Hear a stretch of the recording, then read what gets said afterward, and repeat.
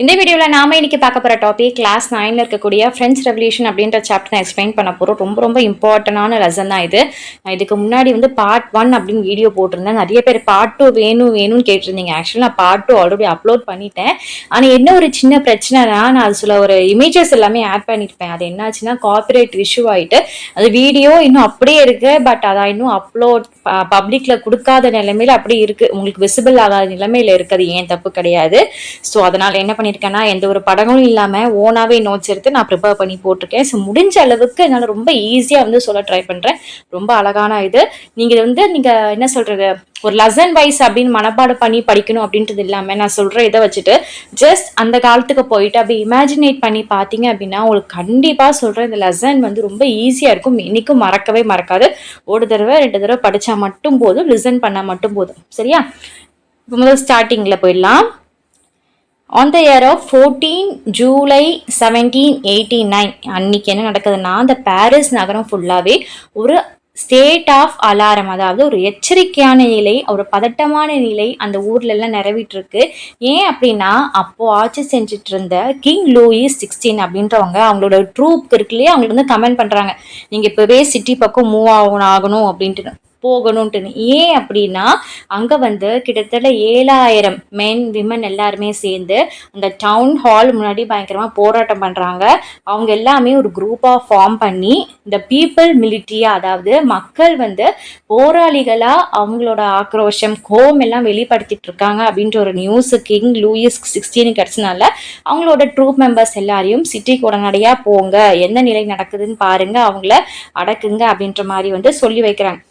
ஏன் அவங்க மக்கள் அவ்வளோ கோமா இருக்காங்க அப்படின்னா, நம்மளோட லூயிஸ் கிங் இருக்காங்க இல்லையா, ஸோ அவங்களோட ஆட்சிலையும் அவங்க மேலேயும் பயங்கர ஒரு டிசப்பாயின்மெண்ட், ஒரு கோபம் மக்கள் கிட்ட இருக்கு. அதுக்கு ஏன் அப்படிங்கிறத நம்ம இப்போ பார்க்கலாம் போக போக போக. ஸோ அன்னிலேருந்து நம்ம கதை இப்போ ஆரம்பிக்குது அப்படின்னு நினச்சிக்கலாம். சரியா? ஸோ மக்கள்லாம் ரொம்ப கோவமாக இருக்காங்க இல்லையா, அவங்க அங்கே இருக்கக்கூடிய கவர்மெண்ட் பில்டிங்ஸ் எல்லாமே உடைக்க ஆரம்பிக்கிறாங்க. அந்த பெஸ்டைல், அதாவது பெஸ்டில், இது இந்த பாரிஸ்ல இருக்கக்கூடிய ஒரு நகரம் ஊர். அங்க ஒரு பிரிசன் இருக்கு, அங்கதான் ஜெயில் கைதிகள் எல்லாமே போடுவாங்க. ஸோ அதை எல்லாத்தையும் அடிச்சு உடைக்கிறாங்க. அங்க கமாண்டர் இருப்பாங்க இல்லையா அந்த ஜெயில, ஸோ அந்த கமாண்டரை எல்லாம் தாக்கி ஃபைனலா அந்த கமாண்டர் செத்தே போயிடுறாரு. கிட்டத்தட்ட ஒரு 7 ஜெயில் கைதிகளை மக்கள் ரிலீஸ் பண்ணி விட்டுடுறாங்க. ஸோ இந்த பெஸ்டைல் இருக்கு இல்லையா, இதை அங்கே இருக்கக்கூடிய மக்களுக்கு பிடிக்காத இடமாவே மாறிடுச்சு. ஏன்னா இந்த ஒரு இடம் முழுக்க முழுக்க கிங்கோட கட்டுப்பாட்டில் இருக்கிறதுனால, இங்கே பயங்கர ஒரு ஆதிக்கம் செலுத்துறதுனால மக்கள் ரொம்ப கோபமா இருந்து அதை தாக்க ஸ்டார்ட் பண்ணிட்டாங்க. அங்கே நிறைய அந்த கட்டிடம் எல்லாம் இடிஞ்சு விழுந்துருச்சு இல்லையா, ரொம்ப தரமட்டம் ஆக்கிட்டாங்க. அந்த இடிஞ்சு விழுந்த அந்த கட்டிடத்தோட அந்த துண்டுகள் எல்லாத்தையுமே இவங்க என்ன பண்ணாங்களாம், மார்க்கெட்ல போய் சேல் பண்ணி அவங்களோட யூஸ்க்கு தேவைகளுக்கு வச்சுக்கிட்டாங்களாம். மக்கள் நிறைய பேர் இந்த பிரெட்டோட வேலையெல்லாம் அப்போ ரொம்ப அதிகப்படுத்தி இருந்தாங்க. அந்த கிங் அப்போ டாக்ஸ் எல்லாம் போட்டு பயங்கரமா அதிகமா உண்டாக்கியிருந்தாங்க. ஸோ அதெல்லாம் எதிர்த்து போராட்டம் பண்ண ஆரம்பிக்கிறாங்க. இது ஏன் இவ்வளவு கோவம்?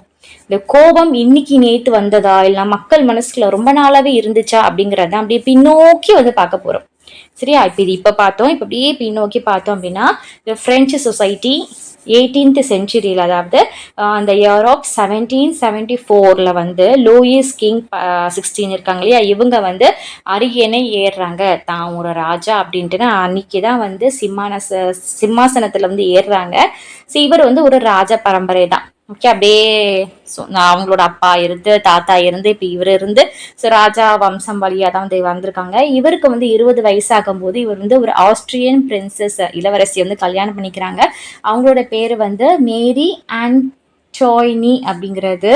ஸோ இவர் பார்க்குறாரு, இவர் பதவி ஏற்றதுமே ட்ரெஷர் எல்லாம் செக் பண்ணுவாங்க இல்லையா, அங்கே இருக்கக்கூடிய அந்த அரசாங்க கஜானாவை செக் பண்ணும்போது எல்லாமே காலியாக இருக்கு. ஏன்னா ரொம்ப வருஷமா அங்கே வார் நடந்துட்டு இருக்கிறதுனால அந்த வாருக்கு தேவையான காசு எல்லாமே அரசாங்கம் தான் கொடுக்கணும் இல்லையா.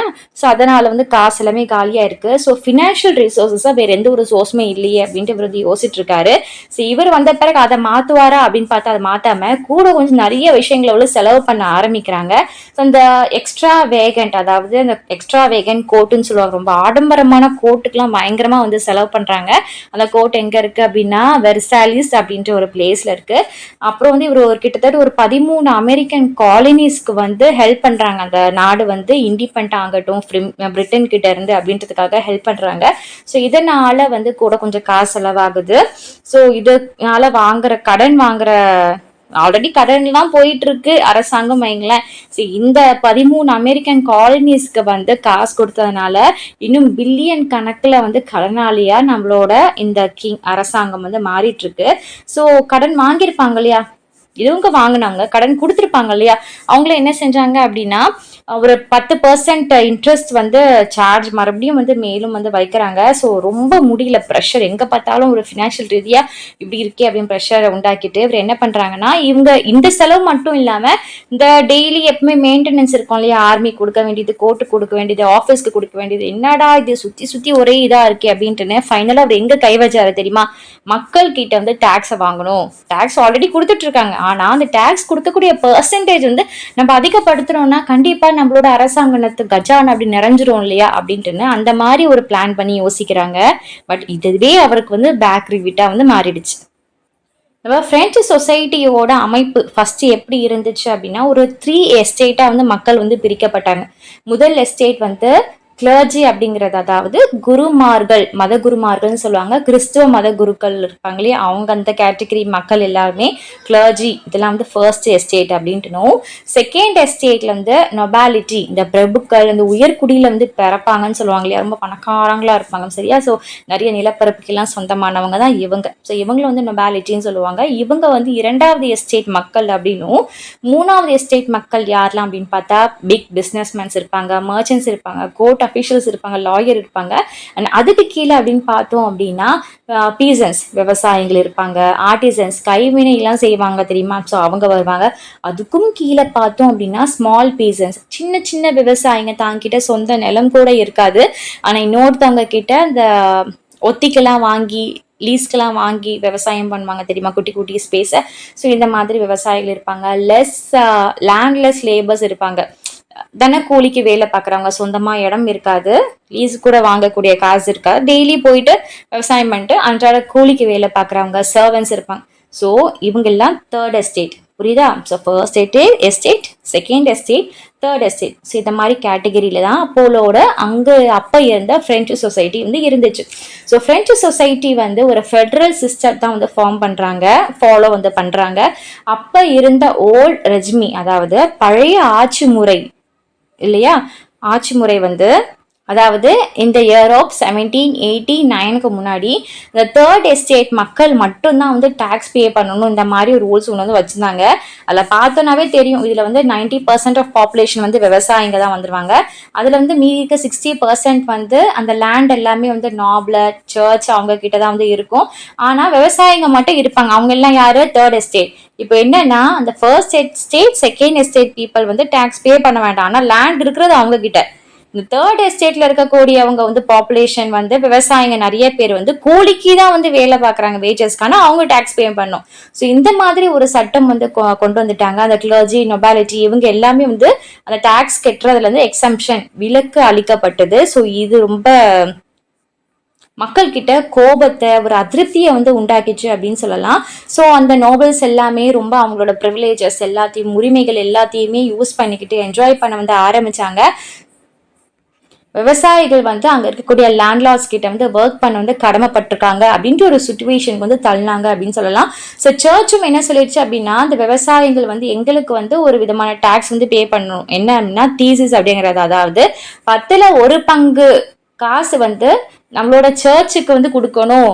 இப்போ கோயிலுக்குலாம் நிறைய பேர் கொடுப்பாங்க இல்லையா, சர்ச்சில் வேலை பார்க்குறவங்களுக்கு சர்ச்சுக்குன்னே நீங்க கொடுக்கணும், ஏன்னா அப்பதான் சர்ச் ரன் ஆகும் இல்லையா, கடவுள் இருக்கக்கூடிய ஒரு புண்ணிய ஸ்தலம் இல்லையா. ஸோ அதனால இந்த சர்ச்சுக்கு நீங்க கொடுக்கணும் அப்படின்ற மாதிரி அங்க இருக்கவங்க இதெல்லாம் சொன்னாங்க. ஸோ ஓவராலா பார்த்தோம் அப்படின்னா அந்த தேர்ட் எஸ்டேட் கிட்ட மட்டும்தான் வந்து டேக்ஸ் ஃபுல்லாவே பே பண்ணி வாங்குற மாதிரி இருந்துச்சு. அவங்க என்னதான் பிளான்லாம் பண்ணாலுமே முழுக்க பாதிப்பு யாருக்கு அப்படின்னு பார்த்தா இந்த தேர்ட் எஸ்டேட் மக்கள் எல்லாருக்குமே வந்து இருந்துருச்சு.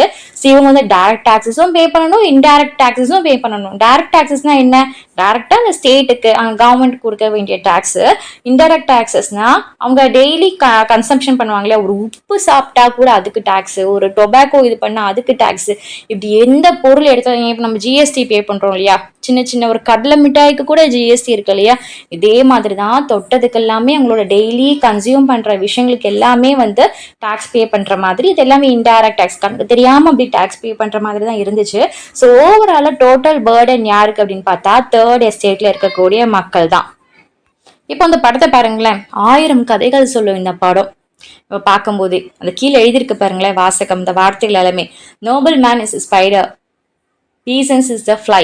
அதாவது அந்த நோபல் மேன், அந்த பிரபு இருக்காரு இல்லையா, அவர் வந்து ஒரு ஸ்பைடர். ஸ்பைடர் எப்படி அதுக்கு அவருக்கு தானாவே ஒரு தன்னைத்தானே ஒரு கூடு கட்டிக்கிட்டு ஒரு சிலந்தி வடையை கட்டிக்கிட்டு உள்ள உட்காந்துருக்கும்.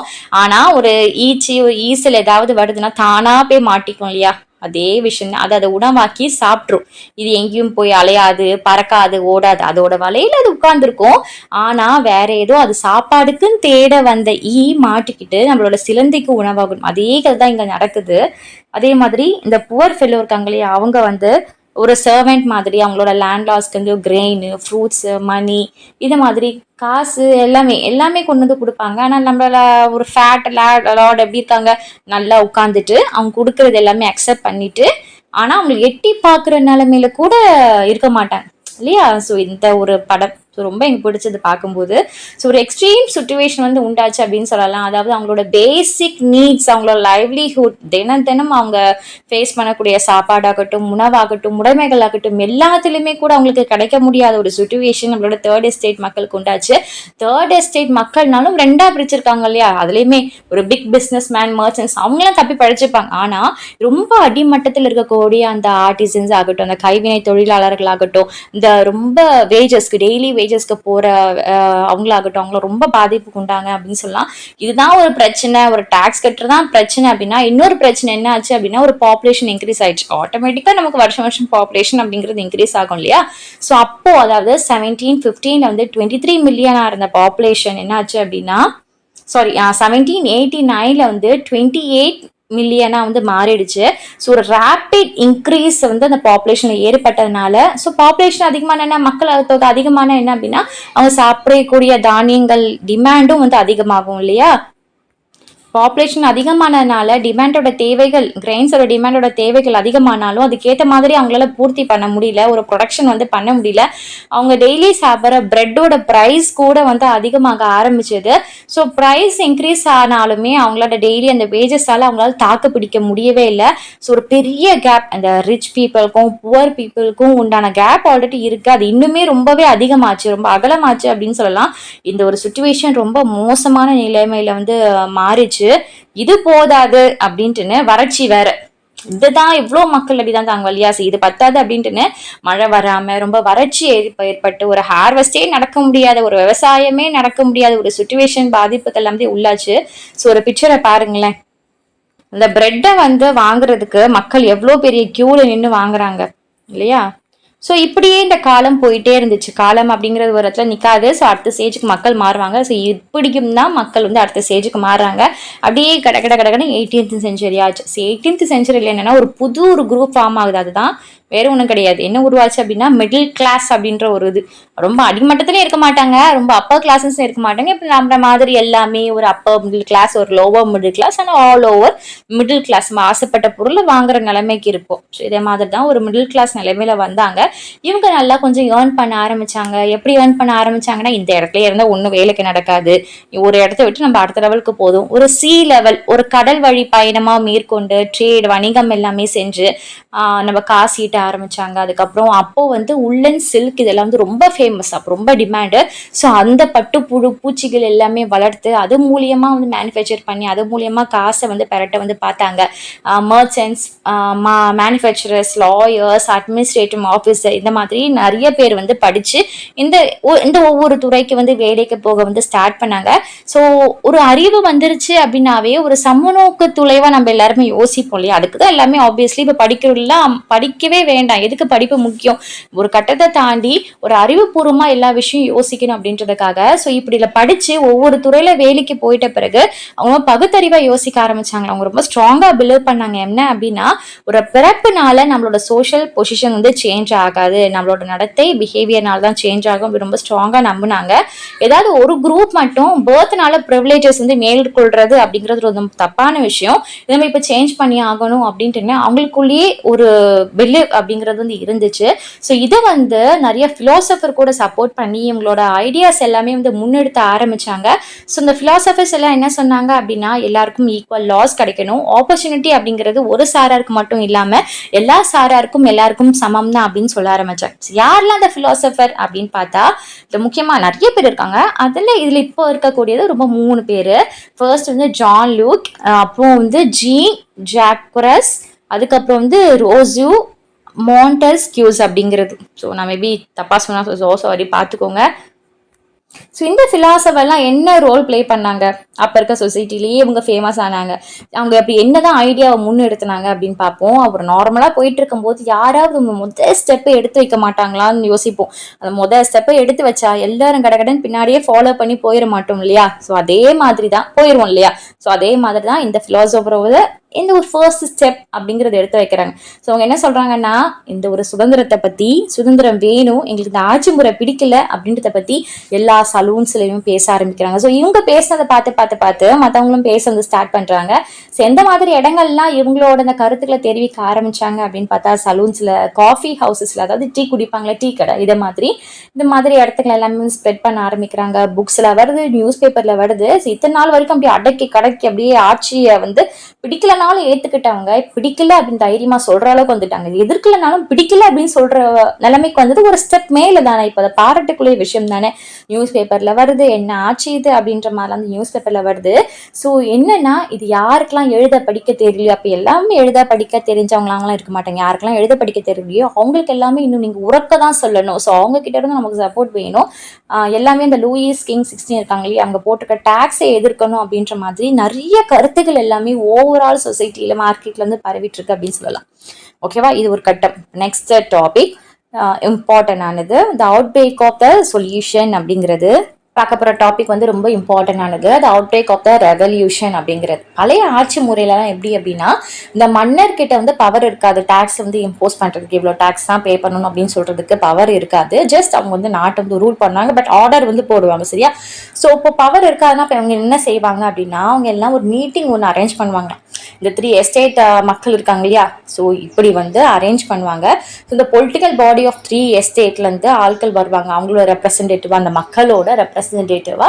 இப்போ நம்ம இப்போ எப்படி ஆட்சி நடத்துறதுக்கு நம்மளேருந்து ஒருத்தரை ஓட்டு போட்டு நம்மளோட நாட்டை வந்து ஆடுறதுக்கு நம்ம இது பண்றோம் இல்லையா, ஒரு ரெப்ரசன்டேட்டிவ் நம்ம தேர்ந்தெடுக்கிறோம். அதே மாதிரி தான் அந்த 3 எஸ்டேட்ல இருந்து அந்த பொலிட்டிக்கல் பார்ட்டிஸை வந்து அவங்களோட ரெப்ரசன்டேட்டிவா அனுப்புவாங்களாம்.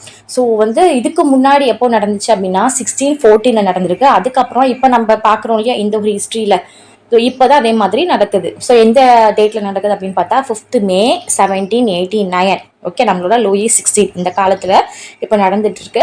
ஸோ இது மாதிரி சொல்கிறாங்க, இந்த மாதிரி மீட்டிங் வச்சிருக்கோம், இந்த மாதிரி டேக்ஸ் வந்து எவ்வளோ அப்படின்னு போடுறதுக்காக. ஸோ எல்லாருமே கலந்துக்கணும் அப்படின்ற மாதிரிலாம் வந்து அனௌன்ஸ்மெண்ட் வந்து சொல்லப்படுது.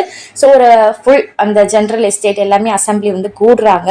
ஒரு பிரகாசமான ஒரு மாளிகையில், ஒரு ரெஸ்பிளண்டன்ட் ஹால் அப்படின்னா பிரகாசிக்கிற ஒரு மாளிகையில் வந்து அந்த மீட்டிங் நடக்குது. எந்த இடத்துல அப்படின்னு பார்த்தா வெர்சாலிஸ் அப்படின்ற ஒரு இடத்துல. So first and second estate மக்கள் இருக்காங்க இல்லையா, இதுல இருந்து கிட்டத்தட்ட 300 பேர் வந்து மெம்பர்ஸ் வந்து கலந்துக்கிட்டாங்க அவங்களோட ரெப்ரசன்டேட்டிவா. ஸோ தேர்ட் எஸ்டேட்ல இருந்து 600 மெம்பர்ஸ் வந்து கலந்துக்கிட்டாங்க. அவங்கள என்ன பண்ணுவாங்க அப்படின்னா, கன்ஃபார்ம் முன்னாடி நிற்கக்கூடாது, நீங்க வந்து பின்னாடி தான் நிற்கணும் அப்படின்ட்டு அவங்களை வந்து பின்னாடி தான் வந்து நிற்க வைப்பாங்களாம். அந்த பீசன்ஸ் ஆர்டிசன்ஸ் இருக்காங்களா, விவசாயிங்க, கைவினை தொழிலாளர்கள், இவங்க எல்லாருக்குமே என்ட்ரி அப்படிங்கிறது மறுக்கப்படுது. ஏன்னா இவங்கெல்லாம் ரொம்ப தாழ்த்தப்பட்ட ஒரு சமூகம் மாதிரி தான் ட்ரீட் பண்ணிட்டு இருந்தாங்க. ஸோ அதனால அவங்களுக்குலாம் என்ட்ரி இல்லை அப்படின்னு சொல்லிட்டாங்க. அதனால அவங்களுக்கு சார்பாக கிட்டத்தட்ட 40,000 லெட்டர்ஸ் வந்து இந்த 600 மெம்பர்ஸ் வந்திருந்தாங்க இல்லையா, அந்த மெம்பர்ஸ் எல்லாருமே வந்து கொண்டு வந்திருந்தாங்களாம். ஸோ முன்னாடிலாம் எப்படி அப்படின்னா, ஒவ்வொரு எஸ்டேட்ல இருந்து ஒவ்வொரு ஓட்டு, இப்போ அந்த 300 பேருக்குன்னா டோட்டலாக சேர்த்து ஒரு ஓட் அப்படின்ற மாதிரி ஒரு சிஸ்டம் வச்சுருந்தாங்க. நம்மளோட லூயிஸ் 16 இதே தான் கண்டினியூ பண்ணுறாரு. என்ன ஒரு ப்ராப்ளம் அப்படின்னா, ஃபர்ஸ்ட் எஸ்டேட்லேருந்து ஒரு ஓட்டு வந்துடும், செகண்ட் எஸ்டேட்லேருந்து ஒரு ஓட்டு வந்துடும், தேர்ட் எஸ்டேட்லேருந்து ஒரே ஒரு ஓட்டு தான் வரும். ஸோ 1+1 2 ஆயிடுது, இங்கே 1 மட்டும் தான் இருக்குது. ஸோ மெஜாரிட்டி வின் பண்ணுவாங்க. அவங்களுக்கு மெஜாரிட்டி வின் பண்ணால் லாபம் அப்படிங்கிறது ஃபர்ஸ்ட் அண்ட் செகண்ட் எஸ்டேட் தான். ஏன்னா அவங்க எந்த விதமான டேக்ஸுமே வந்து பே பண்ண வேண்டாம், ஃபுல் ப்ரிவிலேஜஸ் வந்து அவங்களுக்கு வந்து அலோ பண்ணுறாங்க. ஆனால் பாதிக்கப்படுறது என்னமோ தேர்ட் கேட்டகரி மக்கள் மட்டும்தான் இல்லையா. ஸோ அதனாலேயே நம்மளோட லூயி 16 அதே ஒரு ப்ராக்டிசஸ் வந்து கொண்டு வராங்க. ஆனால் இப்போதான் நம்ம மக்கள் எல்லாமே படித்து தேர்ந்து அடுத்தடுத்த வேலைக்கு பார்க்க போயிட்டாங்க, ரொம்ப பகுத்தறிவாக யோசிக்க ஆரம்பிச்சிட்டாங்க இல்லையா. ஸோ அதனால இந்த தேர்ட் எஸ்டேட் மக்கள் வந்து டிமாண்ட் வைக்கிறாங்க. என்ன அப்படின்னா, ஒவ்வொரு மெம்பருக்கும் ஈச் ஓட் அப்படின்றது இருக்கணும். ஸோ இதுதான் டெமோக்ராட்டிக் பிரின்சிபல். இப்படி ஒரு டெமோக்ராட்டிக் பிரின்சிபல் தான் எங்களுக்கு வந்து தேவை அப்படின்ட்டுன்னு ஒரு ஃபிலாசபர் சொல்றாரு. அந்த ஃபிலாசபர் யாரு அப்படின்னா ரோசு. ஸோ இவங்க வந்து இவங்களோட ஐடியா வந்து முன்னெடுத்துறாங்க. அது எப்படி திடீர்னு வந்து ஒருத்தவங்க ஐடியா சொன்னாங்கன்னா நம்ம கிங் ஏத்துப்பாரா, நம்ம கிங்னு லேசுப்பட்டவரா இல்லையா. ஸோ என்ன பண்ணுவாங்க, ஆட்டோமேட்டிக்கா அந்த ஒரு அப்ரூவலை ரிஜெக்ட் பண்றாங்க. சாரிப்பா, அவங்களோட ப்ரொபோசல்லாம் ஏத்துக்க முடியாது, பழைய சிஸ்டம் தான் நாங்கள் ஃபாலோ பண்ணுவோம் அப்படின்ற மாதிரி நம்மளோட கிங் லூயி 16 வந்து சொல்லிடுறாங்க. ஸோ இதனால கோவம் அடைந்த அந்த தேர்ட் எஸ்டேட் மக்கள் என்ன அப்படின்னா, போங்க நீங்களே நாங்கள் சொல்றது கேட்க மாட்டீங்க, அப்புறம் எப்படினாலும் ஓட்டுனா இப்போ 2 ஓட்டு தானே மெஜாரிட்டியா இருக்கு, அப்போ அவங்க தான் ஜெயிக்கும் அப்படின்ட்டுன்னு அங்க இருந்து வெளிநடப்பு பண்ணிடுறாங்க, வாக் அவுட் வந்து ஆயிடுறாங்க. இந்த தேர்ட் எஸ்டேட் மக்கள் என்ன பண்ணிட்டாங்க அப்படின்னா, அந்த ஓவராலாக ஃப்ரெஞ்சுக்கும் சேர்த்து இவங்க தான் ரெப்ரஸன்டேட்டிவ், நம்ம ஃப்ரெஞ்சோட நேஷனோட ரெப்ரஸன்டேட்டிவ் இவங்க தான் அப்படின்ட்டு முன்னிறுத்தி நிறைய ஐடியாஸை வந்து பேச ஆரம்பிச்சாங்களாம். ஸோ இது இப்படியே விட்டுறக்கூடாது, நம்ம அந்த இடத்துல வந்து வெளிநடப்பு பண்ணால் என்ன, அடுத்து ஒரு மீட்டிங் நமக்குள்ளே கூட்டுவோம் அப்படின்ட்டு 20th ஜூலை அவங்க வந்து மறுபடியும் ஒரு அசம்பிள் வந்து ஆகுறாங்க. எந்த இடத்துல அப்படின்னு பார்த்தா அந்த வெர்சாலிஸ் அப்படின்ற இடத்துல அந்த இண்டோர் டென்னிஸ் கோர்ட் ஹாலில் வந்து இது பண்ணுறாங்க. ஸோ அவங்க வந்து டிக்ளேர் பண்ணுறாங்க தன்னைத்தானே அவங்க ஒரு நேஷனல் அசம்பிளி அப்படின்ட்டு அவங்களுக்கு ஒரு பேர் வந்து வச்சுக்கிட்டாங்க. நாங்கள் இனிமேல் வந்து நேஷனல் அசம்பிளி ஆட்கள் அப்படின்ற மாதிரி பேர் வச்சுக்காங்க. ஃப்ரெண்ட்ஸுக்காக, அதாவது இந்த பிரெஞ்சு நாடு இருக்கு இல்லையா, இந்த பிரான்ஸுக்காக வந்து ஒரு அரசியல் அமைப்பை உருவாக்குற வரைக்கும் நாங்கள் வந்து கலந்து போக மாட்டோம் அப்படின்ற மாதிரி அந்த டென்னிஸ் இண்டியோ ஸ்டேடியத்தில் எல்லாம் கலந்து பயங்கர கூச்சல் வந்து இட்டுட்டு இருக்காங்க. இது வரைக்கும் நாங்கள் கலந்து போக மாட்டோம், இது வந்து சத்தியம் அப்படின்ற மாதிரி வந்து ப்ராமிசஸ் எல்லாம் பண்ணுறாங்க. ஸோ இவங்க ஏன் அப்படி பண்ணுறாங்க அப்படின்னா, நம்ம இப்படி கொஞ்சம் எதிர்த்து நிற்கிறோம் அப்படின்னு தெரிஞ்சாலுமே மன்னரோட அதிகாரம் வந்து நம்ம மேல வந்து ஃபுல் ஃபோர்ஸ் பண்றாங்க இல்லையா. ஸோ அது வந்து கொஞ்சம் கட்டுப்படுத்தப்படும் அப்படின்ற மாதிரி நினைச்சு இந்த மாதிரிலாம் வந்து பண்றாங்க. ஸோ இந்த மக்களை வழி நடத்துறதுக்கு அப்படின்ட்டு ஒரு தலைமை இருப்பான் இல்லையா, ஒரு கூட்டத்தை வழி நடத்தணும் அப்படின்னா ஒரு லீடர் இருக்கணும். ஸோ அதே மாதிரி தான் இந்த ஒரு பர்டிகுலர் கூட்டத்தை வழி நடத்துறதுக்கு லோக் அபி சயூஸ் அண்ட் மிருபு அப்படின்றவங்க வந்து வழி நடத்தினாங்க. இந்த அபி சயூஸ் இருக்காங்களே, இவங்க ஒரு ஃபாதர் யார் அப்படின்னு சொல்லலாம். இவங்க வந்து ஒரு இன்ஃபியூஷர் பேம்ப்ளெட் ஒன்று வந்து ரெடி பண்றாங்க. அப்படின்னா தேர்ட் எஸ்டேட்னா என்ன அப்படின்ற மாதிரி நீங்கள் என்ன நினச்சிருக்கீங்க அப்படின்ற மாதிரி ஒரு பேம்ப்ளெட் வந்து ரெடி பண்ணுறாங்க. ஸோ அந்த நேஷனல் அசம்பிளி இந்த டீம் இருக்கு இல்லையா, இப்போ இந்த தேர்ட் எஸ்டேட்னா என்னது, நேஷனல் அசம்பிளி. ஸோ இந்த நேஷனல் அசம்பிளி வந்து ரொம்ப பிஸியாக அவங்களோட கான்ஸ்டியூஷன் வந்து மேக் பண்ணிட்டு இருக்காங்க, ஆட்களை வந்து திரட்டிட்டு இருக்காங்க, ஒரு பெரிய ஒரு சமூகமாக மாறுறதுக்கு வந்து திரட்டிட்டு இருக்காங்க. ஸோ ஒரு அப்படியே காலங்கள் உருண்டு விடுது, ஒரு சிவியர் வின்டர் டைம் வந்து ஏற்படுது. ஸோ சொல்லவே வேணாம், வறட்சினாலும் பாதிக்கப்படக்கூடியது விவசாயிகள் தான், ஏன்னா அவங்க டாக்ஸ் பே பண்ணி ஆகணும். இப்போ வின்டர் டைம் மேலே வந்துருச்சு. ஸோ அதனால ஹார்வெஸ்ட் அப்படிங்கிறது ரொம்ப மோசமாயிடுச்சு. அவங்க சாப்பிடக்கூடிய பிரெட் விலை கூட அதிகமாக வந்து ரைஸ் ஆயிடுச்சு. மக்கள் வந்து அந்த பிரெட்ல வந்து வாங்குறதுக்கு ரொம்ப பல மணி நேரம் கியூல இருந்து வாங்கக்கூடிய நிலைமை எல்லாமே வந்துச்சு. ஸோ மக்கள் வந்து பொறுத்து பார்த்தாங்க, ஒரு கட்டத்துக்கு மேலே பசி தாங்க முடியல, குடும்பத்தில் இருக்கக்கூடிய பசி தாங்க முடியல என்ன அப்படின்ட்டுன்னு அந்த கடைகளை உள்ள பூந்து சூறையாட வந்து ஸ்டார்ட் பண்ணாங்களாம். ஏன்னா அப்போ அந்த இடத்துல ஒரு கை கலப்பு சலசலப்பு எல்லாமே ஏற்படும், அப்போ நாட்டுக்கு தான் அது தீங்கு இல்லையா, அது மாதிரி மக்கள் வந்து இப்படி பண்றாங்க அப்படின்ற மாதிரி. ஸோ கடைக்குள்ள வந்து புகுந்து என்னடா பசிக்குது எனக்கு, நீங்க வைக்கிறீங்களா அப்படின்ட்டு பயங்கர கோபத்தோட உச்சிக்கே வந்து போயிடுறாங்க. ஸோ அவங்க மக்கள் வந்து என்ன நினைச்சாங்க அப்படின்னா, லேண்ட்லாஸ் வந்து பயிர்களை வந்து அழிக்கிறதுக்காக இந்த படைகள் இருக்கு இல்லையா, இந்த ஃபோர்ஸ், இது எல்லாமே வந்து வர வச்சிருக்காங்க அப்படின்ற மாதிரி வதந்திகளும் பயங்கரமா வந்து பரவ ஆரம்பிச்சுது. விவசாயிகள்லாம் அதனால என்ன பண்ணாங்க அப்படின்னா, கோட்டையை வந்து தாக்குறாங்க. நீங்க என்ன எங்க பயிர்களை வந்து நீங்க அழிக்கிறது அப்படின்ட்டுன்னு, உங்க இதை நாங்க அழிக்கிறோம் அப்படின்ட்டுன்னு கோட்டைகள் எல்லாம் தாக்கப்படுது, தானியங்கள் எல்லாம் கொள்ளை அடிச்சுட்டு போயிறாங்க. தானியம் இருக்கிறதுனால தானே நாங்க உங்ககிட்ட கையேந்த வேண்டியது இருக்கு, அதையே நாங்க பிடுங்கிக்கிறோம் அப்படின்ட்டுன்னு தானியங்கள் இருக்கக்கூடிய இடங்களுக்கு போய் அங்க தானியங்கள் எல்லாமே வந்து கொள்ளை அடிக்கிறாங்க. அங்க இருக்கக்கூடிய டாக்குமெண்ட்ஸ் எல்லாம் கொள்ளை, இம்பார்ட்டன்ட் டாக்குமெண்ட்ஸ் எல்லாமே, அந்த ஆவணங்கள் அது எல்லாத்தையுமே பயங்கரமா எரிச்சு ஃபுல்லா சேதப்படுத்திடுறாங்க. என்னடா திடீர்னு இப்படி ஒரு கொந்தளிச்சிட்டாங்களே அப்படின்ட்டுன்னு அங்கே இருக்கக்கூடிய லேண்ட்லார்ட்ஸ் எல்லாமே அவங்களோட வீட்டை விட்டுட்டு துரத்தப்படுறாங்களாம். ஃபுல் மைக்ரேட் ஆகிட்டாங்க. ஐயோ எனக்கு இந்த இடமே வேண்டாம், எங்களை விட்டுருங்க, உயிரோட விட்டுருங்க அப்படின்ற மாதிரி நிலைமைக்கு போகிறாங்க. ஏன்னா மக்கள் வந்து அவ்வளோ ஒரு கோபத்துக்கு உச்சிக்கு போயிட்டாங்க. ஒரு சாப்பிட்றதே வேற எதுவும் கிடையாது, வெறும் இந்த பிரெட் மட்டும்தான். அதுக்கு இப்படி ஒரு பற்றாக்குறையாக இருக்கே. ஆனால் அந்த மக்கள் எல்லாமே ரொம்ப சூப்பராக வாழ்கிறாங்களே அப்படின்னு நினைக்கும் போது யாருக்குனாலும் கோபம் வரும். ஒரு ஏற்றத்தாழ்வு இருக்குது, வேலை பார்க்குறதில்ல, நமக்கு எதுவுமே கிடைக்க மாட்டேங்குது அப்படின்னு சொல்லும் போது ஒரு ஏற்றத்தாழ்வு வரும் இல்லையா? ஸோ அதே கோவம் தான் இந்த மக்கள்கிட்டையும் இருக்கு. இவ்வளவு கலவரம் நடக்கிறத பாக்குறாரு நம்ம ராஜா. ஐயோ இப்ப ஏதாவது பண்ணணும், இல்லைன்னு எல்லா பிரச்சனையும் நம்ம தலைமையில தூக்கி போட்டுருவாங்க, மற்ற நாடுகள்லாம் சப்போர்ட் வந்துருப்பாங்க அப்படின்ட்டுன்னு நம்ம லூயிஸ் என்ன சொல்றாரு அப்படின்னா, சரி இப்போ ஃபைனலா நான் நேஷனல் அசம்பிளியை ரெகனைஸ் பண்றேன் அப்படின்ட்டுன்னு ஒரு அறிவிக்கையை வந்து கொடுத்துட்டாங்க.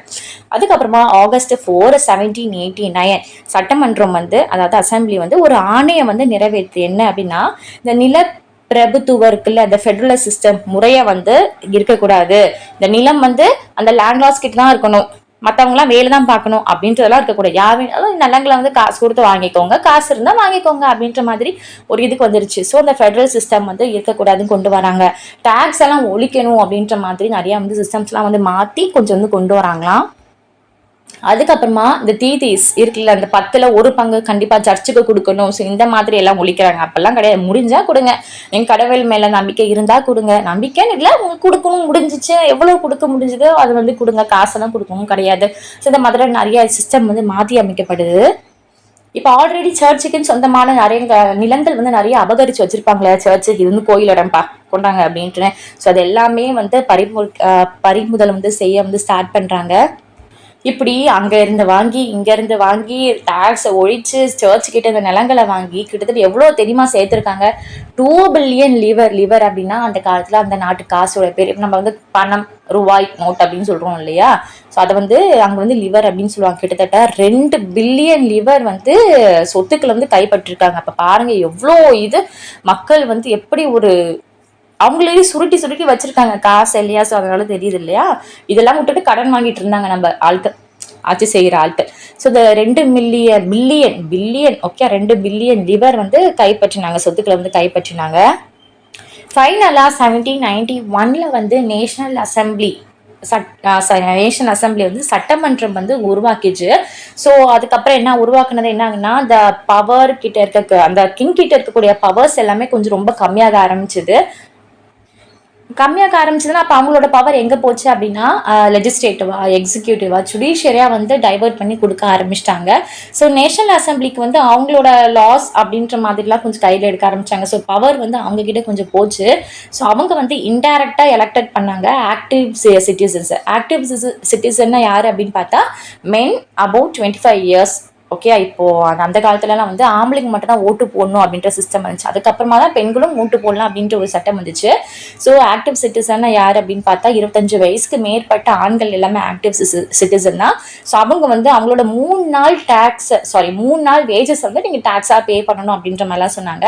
பாசிவ் சிட்டிசன்னா யார் அப்படின்னா, அந்த ரிமைனிங் அந்த 25 வயசுக்கு மேலே தாண்டி அது வந்து ஆக்டிவ், அதுக்கு கம்மியாக இருக்கக்கூடிய மென்ஸ், அதுக்கப்புறம் எல்லா விமன்கள் எல்லாமே பாசிவ் சிட்டிசன்ஸ் சொல்லலாம். ஸோ நெக்ஸ்ட் பார்க்க போகிற டாபிக் வந்து டிக்ளரேஷன் ஆஃப் ரைட்ஸ் அப்படிங்கிறது. ஸோ கான்ஸ்டியூஷன் வந்து அவங்களோட ரைட்ஸ் எல்லாமே வந்து அறிவிக்க வந்து ஸ்டார்ட் பண்ணாங்க. முதல்ல என்ன அப்படின்னா, the declaration of rights of men and citizen அப்படிங்கிறது, அப்புறமா rights on life, freedom to speech, எல்லாருக்கும் பேசுகிற உரிமை இருக்கணும் அப்படிங்கிறது, freedom of opinion, equality before law. So அப்புறமா அவங்க பேர்த்தை வச்சு அவங்க எந்த ஒரு ப்ரிவிலேஜஸையும் வந்து அலோவ் பண்ணக்கூடாது, ஒரு சோஷியல் இதில் வந்து ஒரு அங்கீகாரம் கொடுக்கக்கூடாது, பை பேர்த் மட்டும் வச்சு அந்த மாதிரி எல்லாமே வந்து எடை போடக்கூடாது, அந்த மாதிரிலாம் வந்து அவங்களோட ரைட்ஸ் வந்து சொன்னாங்க. அப்புறம் ஸ்டேட்டோட டியூட்டி அப்படிங்கிறது ஒவ்வொரு ஈச் சிட்டிசனுமே வந்து ப்ரொடெக்ட் பண்ண வேண்டியது ஸ்டேட்டோட டியூட்டி அப்படின்ட்டுன்னு. ஸோ அவங்கக்கிட்ட இந்த ஐடியாஸ், ரைட்ஸ் எல்லாமே வந்து முன்னெடுக்கிறாங்கன்னு சொல்லலாம். ஸோ இதெல்லாம் தான் அந்த பொலிட்டிக்கல் சிம்பிள் அவங்க வந்து வச்சுருந்தது.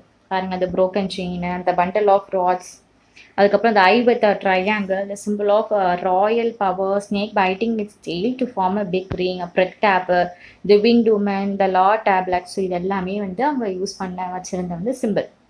நம்ம லூயி 16 இருக்காங்க இல்லையா, கான்ஸ்டியூஷன் வந்து சைன் பண்ணாங்க, அப்ரூவ் பண்ணாங்க. ஆனாலுமே இந்த பக்கம் பண்ற மாதிரி பண்ணிட்டு அவர் அந்த பக்கம் போய் என்ன வேலை பார்த்தாரு அப்படின்னா, ஒரு சீக்ரெட் நெகோசியேஷன் வந்து அந்த பெர்ஷியா கிங் கூட வச்சிருந்தாங்க. ஸோ இதனால அவங்கலாம் பிளான் பண்ணாங்க, ரூல்ஸ் வந்து போட்டிருந்தாங்க. என்னன்னா நெய்பரிங் கண்ட்ரிஸ் எல்லாமே அவங்களோட ட்ரூப்ஸ் எல்லாமே வந்து அட்டாக் பண்ணும் அப்படின்றதுக்காக. ஸோ அதனால சோஷியல் அசம்பிளி என்ன பண்ணிச்சுன்னா, ஓட்டு தானே, ஸோ ஓட்டு எடுத்து வார் வந்து டிக்ளேர் பண்ணாங்க. அகெயின்ஸ்ட் பெர்ஷியா அண்ட் ஆஸ்திரியா மேலே வந்து வார் டிக்ளேர் பண்ணாங்க. இந்த வார் பார்க்குறதுக்கு எப்படி இருந்துச்சுன்னா, ஏதோ வார் அப்படின்னாவே 2 நாட்டுக்குள்ள சண்டை மாதிரி தானே இருக்கும். ஆனால் இந்த வார் பார்க்குறதுக்கு அப்படி கிடையாது. ஏதோ பீப்புளுக்கும் அங்கே இருக்கக்கூடிய கிங் அண்ட் அரிஸ்டோகிராசிஸ் இருக்காங்களே, பிரபுமார்கள், ஸோ அவங்களுக்கு மாதிரி சண்டைன்ற மாதிரி ஆயிடுச்சு. ஏன்னா இது ட்ரூப்ஸ் எல்லாம் அரேஞ்ச் பண்ணதே நம்மளோட லூயிஸ் கிங் தான். ஸோ இந்த மாதிரி ஒரு சீக்ரெட்டான ஒரு ஒப்பந்தம் போட்டிருக்காங்க இவங்க நாட்டு மேலே வரும்போது. அதை எதிர்த்து நேஷனல் அசம்பிளி பண்ணுறாங்க. ஸோ 2 நாட்டுக்கு உண்டான போர் அப்படின்றது மாதிரி பீப்புளுக்கும் அங்கே இருக்கக்கூடிய ராஜாக்கும் உண்டான போர் அப்படின்ற மாதிரி இதாயிடுச்சு. ஸோ அப்போது வந்து ரோஜர் டி இஸ்லி அப்படின்றவங்க வந்து ஒரு பேட்ரியாட்டிக் சாங், தேசப்பற்றுள்ள சாங்கை வந்து எழுதுறாரு. இந்த சாங்கோட பேர் வந்து மார் செயின்ட்லி அப்படிங்கிறது. அது ரொம்ப பாப்புலர் ஆச்சு. அண்ட் இப்போ வரைக்குமே இப்போ கூட வந்து ஃப்ரெஞ்சோட நேஷனல் அந்தமாக இந்த சாங் வந்து இருக்குது. நீங்கள் வந்து நெட்டில் வந்து சர்ச் பண்ணி பார்த்துக்கலாம். சரி, ஓகேவா?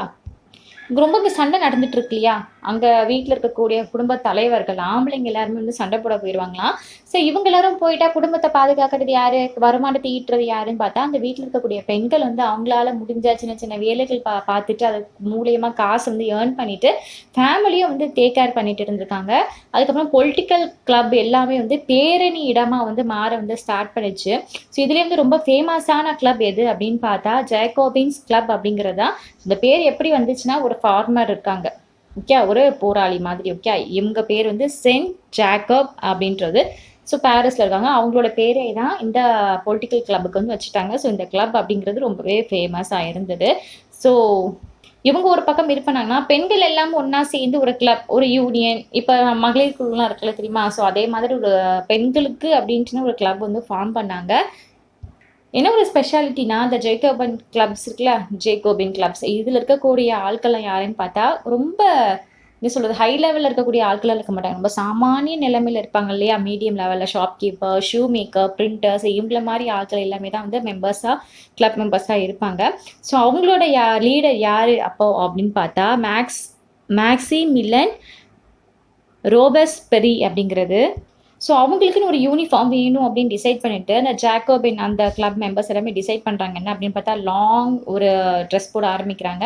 அந்த பேண்ட் போட ஆரம்பிட்டாங்க. பேண்ட்ல வந்து நிறையா ஸ்ட்ரைப்டு ட்ரௌசர்ஸ் எல்லாமே வந்து போட்டிருப்பாங்க. ஓகே, ஸ்ட்ரைப் மாதிரி போட்டிருப்பாங்க, ரெட் வித் சம்திங் கலந்த மாதிரி. நான் ஃபோட்டோஸ் வந்து காமிக்கிறேன், அதே மாதிரி தான். ஸோ இந்த மாதிரி ட்ரெஸ் போட்டு அவங்களுக்குன்னு ஒரு யூனிஃபார்ம் வந்து வச்சுருக்காங்க இல்லையா. ஸோ இந்த இவங்களோட பேர் எல்லாமே சான் கிளாட்டாய்ஸ் அப்படிங்கிறது. ஸோ இந்த சான் கிளாட்டாய்ஸில் வந்து ஃபர்ஸ்ட் வந்து விமனை வந்து அலோவ் பண்ணலை. ஸோ பிக்சரில் பார்க்குறீங்க இல்லையா, இவங்க தான் மேக்ஸ் மில்லினம் ராஸ்பெரி அப்படிங்கிறது.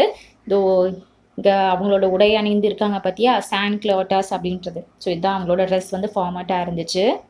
இந்த ஜாக்கோபின் இருக்கிறவங்களாம் என்ன பண்ணாங்கன்னா, பிளான் பண்ணாங்க. இதுக்கு இன்சரக்ஷன்ஸ், அதாவது கிளர்ச்சியை வந்து மேம்படுத்தணும், கிளர்ச்சியை வந்து ஸ்டார்ட் பண்ணணும் அப்படின்ட்டுன்னு. ஏன்னா இப்போ இருக்கக்கூடிய சாப்பாடு விலைலாம் ரொம்ப அதிகமாகிடுச்சு. ஸோ அதை எதிர்த்து நம்ம போராட்டம் பண்ணணும் அப்படின்ற மாதிரி ஒரு கிளர்ச்சி வந்து ஆரம்பிக்கிறாங்க. 10th ஆகஸ்ட் ஒரு பேலஸை வந்து முற்றுகையிடுறாங்க. மாசக்ரீட்டோட கிங் காட்ஸ், அதுக்கப்புறமா கிங், இவங்க எல்லாருமே வந்து பணைய கைதிகளாக வந்து மாற்றிட்டாங்களாம். அதுக்கப்புறம் அசம்பிளி வந்து ஓட் பண்ணது, இவங்கள வந்து அந்த ராஜ பரம்பரை குடும்பத்தை எல்லாமே வந்து இம்ப்ரெசன்ட் பண்ணணும், ஜெயிலில் போடணும், எலெக்ஷன் நடத்தணும் அப்படின்ற மாதிரி. ஸோ இவங்களை ஜெயிலில் பிடிச்சி போட்ட பிறகு எலெக்ஷனை வந்து கண்டக்ட் பண்ணுறாங்க. அண்ட் என்னென்னா, இந்த எலெக்ஷனில் வந்து 21 வயசுக்கு மேலே இருக்கக்கூடிய ஆண்கள் அனைவருமே ஓட்டு போடலாம். இது மாதிரி வந்து காசு இருக்கிறவங்க தான் ஓட்டு போடணும் அப்படின்றலாம் கிடையாது. உனக்கு 21 வயசு ஆயிடுச்சா, சூப்பர், இப்போ ஓட்டு கொடுப்போம் அப்படின்ற மாதிரி வந்து அனுப்பிச்சுட்ருவாங்க. அதுக்கப்புறமா ஒரு நியூ எலெக்ஷன் கமிஷன், ஒரு நியூ எலெக்ஷன் அசம்பிளி வந்து ஃபார்ம் ஆகுது. அது பேர் வந்து கன்வென்ஷன் அப்படிங்கிறது. ஆன் 21st செப்டம்பர் 1792 வந்து மன்னராட்சி வந்து அப்படியே ஃபுல் சரியுது. அதுக்கப்புறமா ஃப்ரான்ஸ் வந்து ரிப்பப்ளிக் ஆயிடுச்சு, சுதந்திரம் அடைஞ்சிடுச்சு அப்படின்ட்டு அனௌன்ஸ் பண்ணிடுறாங்க, டிக்ளேர் வந்து பண்ணிடுறாங்க. இப்போ new republic form of government வந்து இது ஸ்டார்ட் ஆக ஆரம்பிச்சிட்டாங்க இல்லையா. ஸோ பப்ளிக்கே வந்து யார் கவர்மெண்ட் ரெப்ரஸன்டேட்டிவாக இருக்கிறது, யார் மேலே கவர்மெண்ட்டாகவே இருந்த மக்கள் ஆட்சி செய்கிறது அப்படின்றத இப்போ மக்கள் வந்து தேர்ந்தெடுக்கக்கூடிய நிலைமையில் வந்து இருக்காங்க. லூயி 16 வந்து அவங்களோட பண்ண துரோகத்துக்கு பண்ணார் இல்லையா? ஸோ அதுக்கு வந்து மரண தண்டனை வந்து வழங்கப்பட்டுச்சு. ஸோ 21 ஜான்வரி 1793ல அந்த தண்டனை வந்து பப்ளிக் முன்னாடியே வந்து நடத்துனாங்க. ஸோ எந்த இடத்துல அப்படின்னா டீலா கான்கார்ட் அப்படின்ற இடத்துல. ஸோ அவங்களோட ஒய்ஃபுக்கும் வந்து சேம் ஃபேட், இதே மாதிரி விஷயத்துக்கு வந்து தண்டனை வந்து கொடுத்தாங்க. இப்போ நான் லூயிஸோட சாப்டர் ஓவர். இப்போ அடுத்த சாப்டர் ஒரு புதுசாக ஆரம்பிக்குது. என்ன அப்படின்னா, இவர் வந்து 1793ல இறந்து போயிட்டார், தூக்கில் மாட்டியாச்சு சரியா. அண்ட் இந்த 1793லேருந்து 1794 வரைக்கும் ஒரு ரெயின் ஆஃப் டெரன்ஸ், அதாவது ஒரு பயங்கரமான ஒரு ஆட்சி வந்து நடந்துச்சு அப்படின்னு சொல்லலாம். ஏன்னா ராஸ்பெரி இருக்காங்க இல்லையா, ஸோ இவங்க வந்து என்னன்னா ஒரு ரொம்ப ஒரு சிவியரான ஒரு கண்ட்ரோல், சிவியரான பனிஷ்மெண்ட் எல்லாமே வந்து பின்பற்றினாரு. யாரெல்லாம் பார்க்குறாரோ அவங்க எல்லாருமே ரிப்பப்ளிக்கோட எதிரிகள் அப்படின்ட்டு பார்த்தாரு. ஏன்னா இப்போ ஒரு வந்து தேர்ட் எஸ்டேட்லேருந்து வந்த ஆட்கள் இல்லையா. ஸோ அதனால் என்ன பண்ணுறாங்க, ஃபர்ஸ்ட் எஸ்டேட் செகண்ட் எஸ்டேட் மெம்பர்ஸை பார்த்தாலுமே சரி, nobles, clergy, members of other political parties, ஒரு சமயம் எங்களோட பொலிட்டிக்கல் பார்ட்டியில் இருக்க மெம்பரை கூட ரொம்ப எதிரி மாதிரி வந்து பார்ப்பாங்களாம். ஸோ இவரோட அந்த ஒத்து வராததுக்கு, ஏதாவது விஷயங்களை ஒத்து வரல அப்படின்னா அவங்கள அரெஸ்ட் பண்ணி ஜெயிலில் தூக்கி போட்டுறாங்க. இது மாதிரி பாடா படத்தை வந்து ஸ்டார்ட் பண்ணாங்க. ஸோ மக்கள் எல்லாம் லூயிஸ் மாதிரி இருக்காங்களே அப்படின்ற மாதிரி கொஞ்சம் வந்து பேச வந்து ஸ்டார்ட் பண்ணியிருப்பாங்க. ஸோ ஜெயிலில் தூக்கி போட்ட பிறகு கோர்ட்டில் வந்து இவங்க குற்றவாளிகள் அப்படின்ற மாதிரி தீர்ப்பு வந்தது அப்படின்னா ஒன்றும் கிடையாது, ஸ்ட்ரெயிட்டாக வந்து கில்லடின் அப்படின்ற ஒரு தண்டனை. கில்லடின் அப்படின்னா என்ன அப்படின்னு பார்த்தா, அது வந்து ஒரு டிவைஸு பிக்சரில் காமிக்கிறலையா, இதுதான் 2 போல்ஸ் இருக்கும், பிளேடு இருக்கும். இதில் அப்படியே மனுஷனை வச்சு இந்த பிளேடை போட்டு அமுக்கணும் அப்படின்னா மனுஷனோட தலை வந்து அப்படியே துண்டா போயிருமா. இந்த அளவுக்கு ஒரு பயங்கரமான தண்டனைகள் எல்லாம் அந்த காலத்தில் வந்து நிறைவேற்றப்பட்டிருக்கு. ரோபஸ்பியரோட கவர்மெண்ட்ல வேஜஸ், அதுக்கப்புறம் விலை ஊதியம் எல்லாமே வந்து ரொம்ப அதிகபட்ச ஒரு உச்ச வரம்பு வரைக்கும் வந்து சட்டம் வந்து வெளியேற்றினாங்க. அங்கே இருக்கக்கூடிய மக்களுக்கு வந்து மீட், பிரெட் எல்லாமே அந்த ரேஷன் அடிப்படையில், அது அன்றாட உணவு வழங்கும் அடிப்படையில் வந்து கொடுத்தாங்க அப்படின்னு சொல்லலாம்.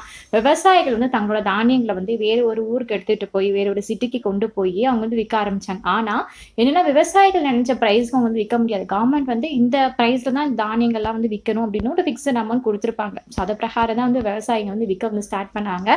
அப்போ அந்த காலத்துலலாம் அந்த ஒயிட் ஃப்ளோர் இருக்கு இல்லையா, வெள்ளை கலர் மாவு வகைகள், இது எல்லாமே ரொம்ப எக்ஸ்பென்சிவ். ஸோ அதை என்ன பண்ணாங்கன்னா இதை யூஸ் பண்ணுறதுக்கே வந்து தடை வந்து விதிச்சாங்க.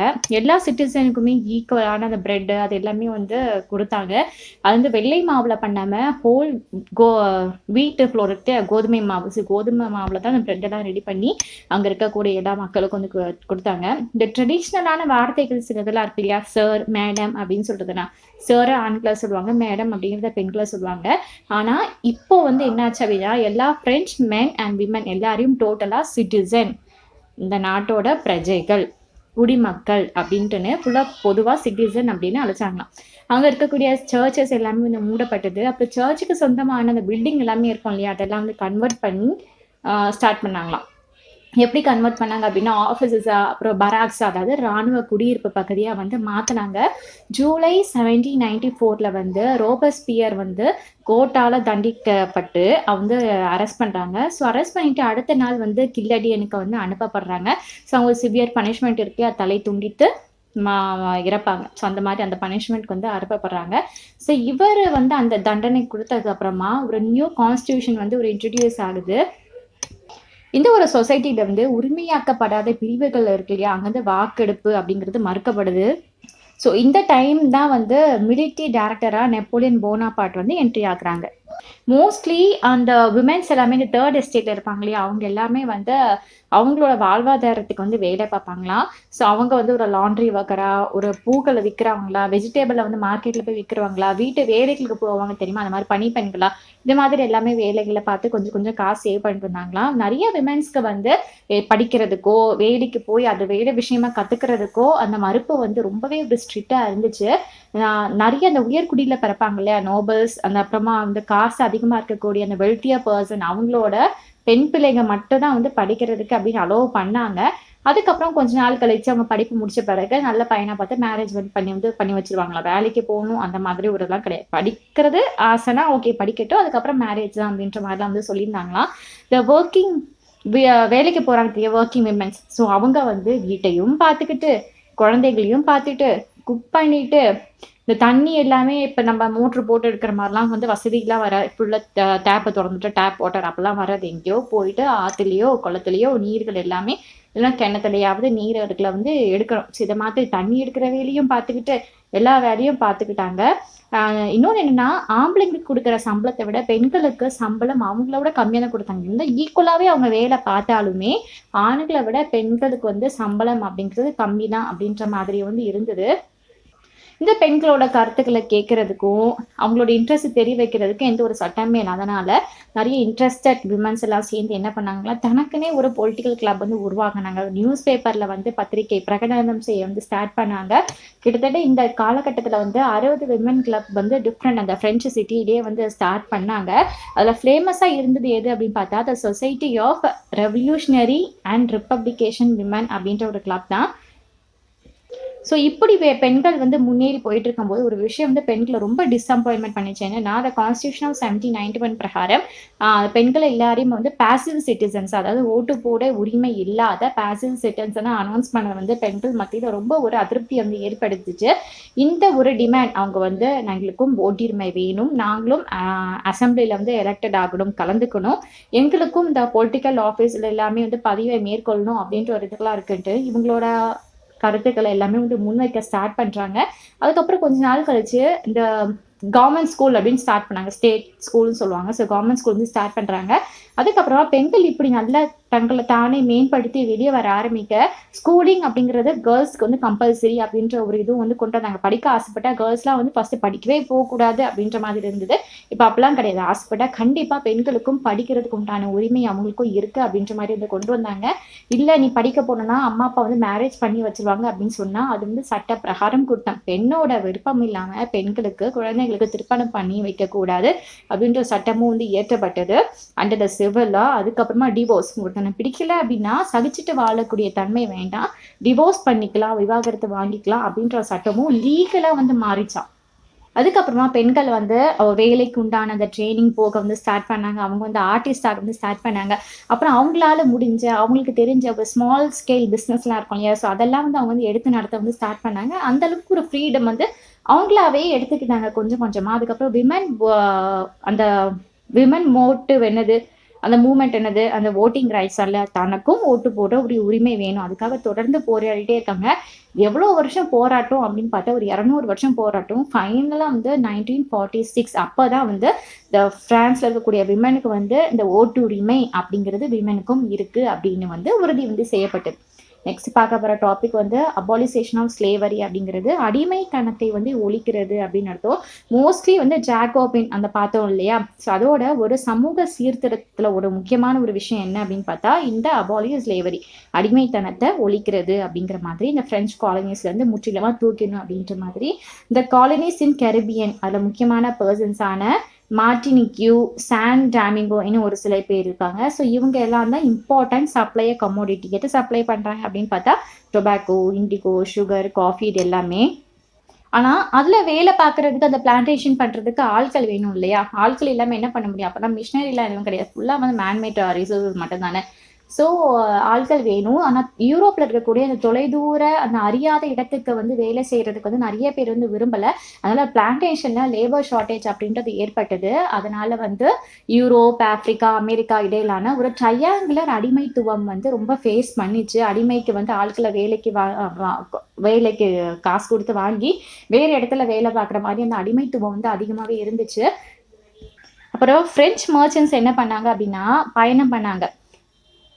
போர்ட் ஆஃப் பார்டனெக்ஸ்லேருந்து இந்த ஆஃப்ரிக்கன் கோஸ்ட் ஏரியா வரைக்கும் பயணம் பண்ணி அங்கே இருக்கக்கூடிய உள்ளூர் தலைவர்கள்கிட்ட எல்லாம் வந்து அடிமைகளை வந்து விலைக்கு வாங்குறாங்க.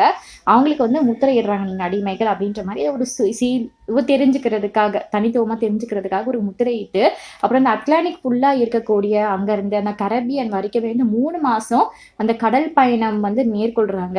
அதுக்கப்புறமா இங்கே வந்தது பிறமே அங்கே தோட்ட உரிமைகளுக்கு வந்து வித்துடுறாங்க அவங்கள அந்த அடிமைகளை. ஏன்னா அப்போ ரொம்ப டிமாண்ட் யூரோப் மார்க்கெட்டில் சுகர், காஃபி, இண்டிகோக்கெல்லாம். ஸோ இவங்க வந்து அடிமையாக வேலை பார்த்து அந்த ஒரு டிமாண்ட் எல்லாமே வந்து பூர்த்தி பண்ணுறாங்களாம். இதை எதிர்த்து வந்து நேஷனல் அசம்பிளியும் ரொம்ப பெரிய லாங் டிபேட்லாம் நடந்துச்சு. ஆனால் எந்த ஒரு லாஸுமே வந்து இதுக்கு எதிர்த்தா வந்து நடக்கவே இல்லை. ஏன்னா அது அடிமை வர்க்கத்தை நம்பி இருக்கக்கூடிய வணிகர்களோட ஒரு இதே நம்பி என்ன இருக்காங்கன்னா அடிமை வர்க்கத்தை, ஏன்னா அவங்க தான் வேலை பார்த்தாகணும் இல்லையா. அதனால அவங்களோட எதிர்ப்பை வந்து எதிர்க்கணும் அப்படின்னு பயந்துட்டு எந்த ஒரு லாஸும் வந்து ஏற்றப்படல. அண்ட் ஃபைனலாக 1794 எல்லா அடிமைகளுக்கும் வந்து விடுதலை அப்படின்ற மாதிரி வந்து அனௌன்ஸ் பண்ணாங்க. அதுக்கப்புறமா 10 இயர்ஸ் லேட்டர் 10 வருஷம் கழிச்சு வந்து நெப்போலியன் போனபார்ட் வந்து அடிமைத்தனத்தை வந்து மறுபடியும் ரீஇன்ட்ரோ பண்ணுறாங்க. இல்லை இது முற்றிலுமாக ஒழிக்கணும் அப்படின்ட்டு ரீஇன்ட்ரோ பண்ணுறாங்க. அண்ட் ஃபைனலாக 1848 ஃப்ரெஞ்ச் காலனிஸ்லேருந்து இந்த அடிமைத்தனம் அப்படிங்கிறது ஃபுல்லாகவே அபாலிஷே வந்து ஆயிடுச்சு. அதுக்கப்புறமா இந்த ரெவல்யூஷனரி கவர்மெண்ட் வந்து ஒரு லா வந்து பாஸ் பண்ணுறாங்க. என்னன்னா இதை டிரான்ஸ்லேட் பண்ணிக்கலாம், அந்த ideas of liberty and equality are to daily practice நீங்கள் வந்து டிரான்ஸ்லேட் பண்ணிக்கலாம் வேறு ஒரு நாடுங்களுக்கு அப்படின்ற மாதிரி தான் சொல்கிறாங்க.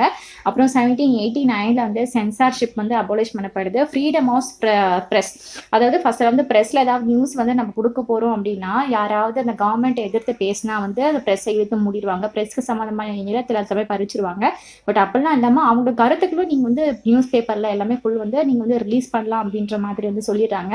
ஸோ அதனால் news paper, Pampers, book, printed, picture எல்லாமே வந்து அதிகப்படியான அந்த ஃப்ரெஞ்சில் வந்து நம்மளால் வந்து பார்க்க முடிஞ்சுது. மக்கள் அவங்களோட கருத்துக்களை வந்து முன் வச்சு அதை வந்து ஓப்பனாக சொல்கிறதுக்கும் ஸ்டார்ட் பண்ணாங்க. 1804 வந்து நெப்போலியன் வந்து தன்னைத்தானே வந்து க்ரௌட் வந்து பண்ணிக்கிட்டாங்க. நான் இவங்க வந்து ஒரு எம்பரர் ஆஃப் ஃப்ரான்ஸ் அப்படிங்கிற மாதிரி. So he saw his role as a modernizer of Europe அப்படின்றது. அதுக்கப்புறமா இவர் நிறைய ஒரு லாஸ் வந்து இன்ட்ரடியூஸ் பண்ணியிருக்காங்க. Protection of private properties and uniform system of 8 measure by decimal system அப்படிங்கிற மாதிரி. ஸ்டார்டிங்லலாம் வந்து நிறைய பேர் நெப்போலியன் வந்து ஒரு லிபரேட்டர் அப்படின்னு பார்த்தாங்க. இவங்க தான் வந்து அந்த நம்மளோட இதுக்கு வந்து ஃப்ரீடம் கொடுக்க போகிறாங்க அப்படின்னு நினச்சாங்க. ஸோ ஃபைனலாக இவர் வந்து அந்த வாட்டர்லூ அந்த இடத்த வந்து டிஃபைன் பண்ணாங்க இந்த இயர் ஆஃப் 1815. ஸோ ஃபைனலாக வந்தாச்சு இப்போ நம்ம. Okay, the ideas of liberty and democratic rise இது எல்லாமே ரொம்ப முக்கியம். லிகசி ஆஃப் ஃப்ரெஞ்ச் ரெவல்யூஷனில் அப்படின்னு எடுத்துக்கிட்டோன்னா their spread from France to rest. இந்த ஃப்ரான்ஸ்லேருந்து இந்த ஐடியாஸ் எல்லாமே வந்து மீதி இருக்கக்கூடிய அந்த யூரோப்பில் இருக்கக்கூடிய கண்ட்ரீஸ்க்கு எல்லாமே 19th சென்ச்சுரி ஃபுல்லாக வந்து ஸ்ப்ரெட் பண்ணாங்க. அப்புறம் இந்த காலனைஸ் பீப்புள் இது எல்லாமே வந்து ரீஒர்க் பண்ணாங்க அவங்களோட ஐடியாஸ் ஆஃப் ஃப்ரீடம்ஸை வந்து.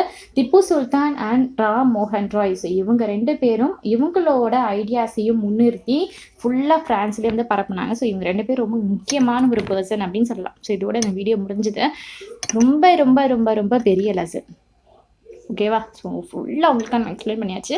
ஸோ உங்களுக்கு வேறு ஏதாவது டவுட் இருந்துச்சுன்னா மறக்காமல் கமெண்ட் செக்ஷன் கமெண்ட் போடுங்க. உங்களுக்கு வேறு ஏதாவது லெசன்ஸ் சாப்டர் வேணாலும் மறக்காம அதையும் கமெண்ட் செக்ஷன் கமெண்ட் போடுங்க. ஷூராக உங்களுக்காக வீடியோ போடுறேன். தேங்க்யூ.